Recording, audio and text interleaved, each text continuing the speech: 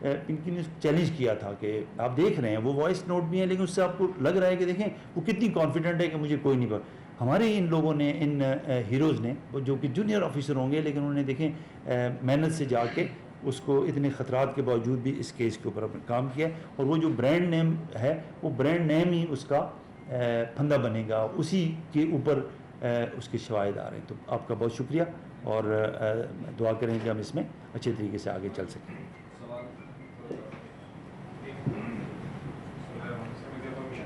جی please یار بس پانی دے.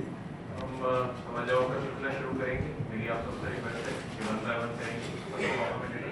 یہاں سے پہلے کیونکہ میں نے موقع لیا تھا, میں نے ان سے مائک چھین لیا. میں یہاں سے شروع کرتا ہوں ون بائی ون. السلام علیکم. اچھا, یقینی طور پر سندھ پولیس کی بہت بڑی کامیابی ہے کیونکہ اس کامیابی نے سی سی ٹی کا پنجاب کا وہ دعویٰ غلط ثابت کر دکھایا جن کا کہنا تھا کہ یہاں منشیات استعمال کرنے والا تو مل سکتا ہے لیکن فروغ کرنے والا نہیں, جبکہ کئی سالوں کے بعد اتنی بڑی لیبارٹری بنی تھی اور وہاں سے پورے پاکستان میں ترسیل ہوتی تھی. تو یہ بہرحال کامیابی ہے. آپ مجھے یہ بتائیے گا کہ اس اندر کچھ نام ایسے آئے, آپ مجھے یہ بتا سکتے ہیں کہ جو 4 آپ نے کہا نام ECL میں ڈالے جا رہے ہیں تو کیا اس کے اندر کسی پارلیمنٹیرین اور اس کی اہلیہ کا نام بھی ہے یا کوئی جو کچھ نام ہے اس کے اندر ان کا کوئی تعلق ہے اس سے؟ نہیں جی ایسے نہیں ہے, یہ وہ لوگ ہیں کہ جو اس کے حوالے سے ان میں انوالو ہیں.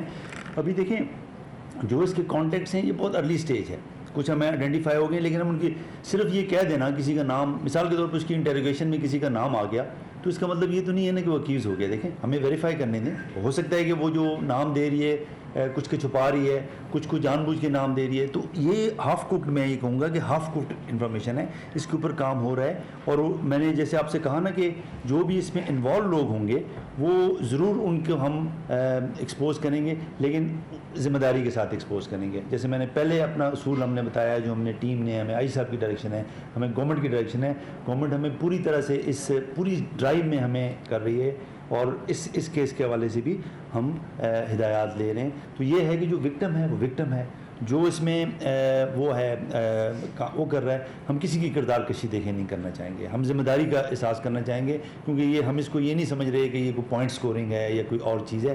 دس is a very serious thing and we are taking it very seriously. یہ بتائیے گا کہ عام طور پر کسی ایکسکیوز کو جو ہے گرفتار کیا جاتا ہے تو انویسٹیگیشن پولیس جو ہے اس کو کورٹ میں پروسیڈ کر سکتی ہے. اس کیس میں ایسا ہوا کہ SHO خود آپریشن پولیس سے جا کر کے کورٹ میں پروٹوکول فراہم کرتے ہیں جس پر آپ لوگ کی طرف سے ایکشن لیا گیا. 3 جونیئر افسران جو ہیں وہ معطل کیے گئے. ان میں کوئی سینئر افسران کے بارے میں نام بار بار سامنے آتا ہے کہ کسی سینئر افسران بالا کے حکم پر ایسا کیا.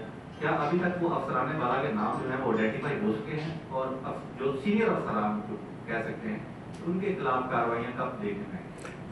جیسے میں نے بتایا کہ جی عرفان بلوچ صاحب ہیں, وہ اس کو ہم نے ان کو ہیڈ بنایا ہے تو وہ اس کے اوپر کام کر رہے ہیں اور ہمیں لگ رہا ہے کہ اس کے اندر ہے, لیکن ابتدائی بات ہوگی. میں آپ کو تب بات کروں گا کہ جب میں اس انکوائری میں بھی انفلوئنس نہیں ہونا چاہوں گا کیونکہ وہ انڈیپینڈنٹلی انکوائری کر رہے ہیں, لیکن اس میں ہے. اور جو کوئی بھی ہوگا دیکھیں چاہے سینئر ہے چاہے جونیئر ہے کوئی اسپیئر نہیں ہوگا جی, لیکن ہم دیکھیں بالکل ایویڈنس بیس بات کریں گے اور ہر کسی کو فیئر موقع ملنا چاہیے, صرف الزام کی بنیاد پہ نہیں, پورے اس کی بنیاد پہ. اور دوسری بات ایک اور ہے, دیکھیں پولیس کا کام ایسا ہے کہ ہمارے جونیئر بالکل جو گراؤنڈ لیول پہ جب اچھا کام کرتے ہیں اس کا ہم کریڈٹ لے رہے ہوتے ہیں, دیکھیں سب لے رہے ہوتے ہیں. جب وہ برا کام کرتے ہیں تو اس کی بھی ذمہ داری ہمیں ہوتی ہے, لیکن پروفیشنلی اس کی ذمہ داری ہونی چاہیے. تو یہ کام ایسا ہے کہ اگر وہاں کسی نے نیچے بھی غلطی کی تو اس حوالے سے, لیکن جو ذمہ داری ہے وہ اس حساب سے اس کا تعین ہونا چاہیے. اچھا یہ بتائیے گا کہ آپ نے کہا کہ کیس بہت زیادہ امپورٹنٹ ہے, تو کیا یہ اس روز امپورٹنٹ نہیں تھا جب اسے شایانہ شان طریقے سے کورٹ میں پیش کیا گیا, اس ٹائم اس کی امپورٹنس نہیں پتہ تھی؟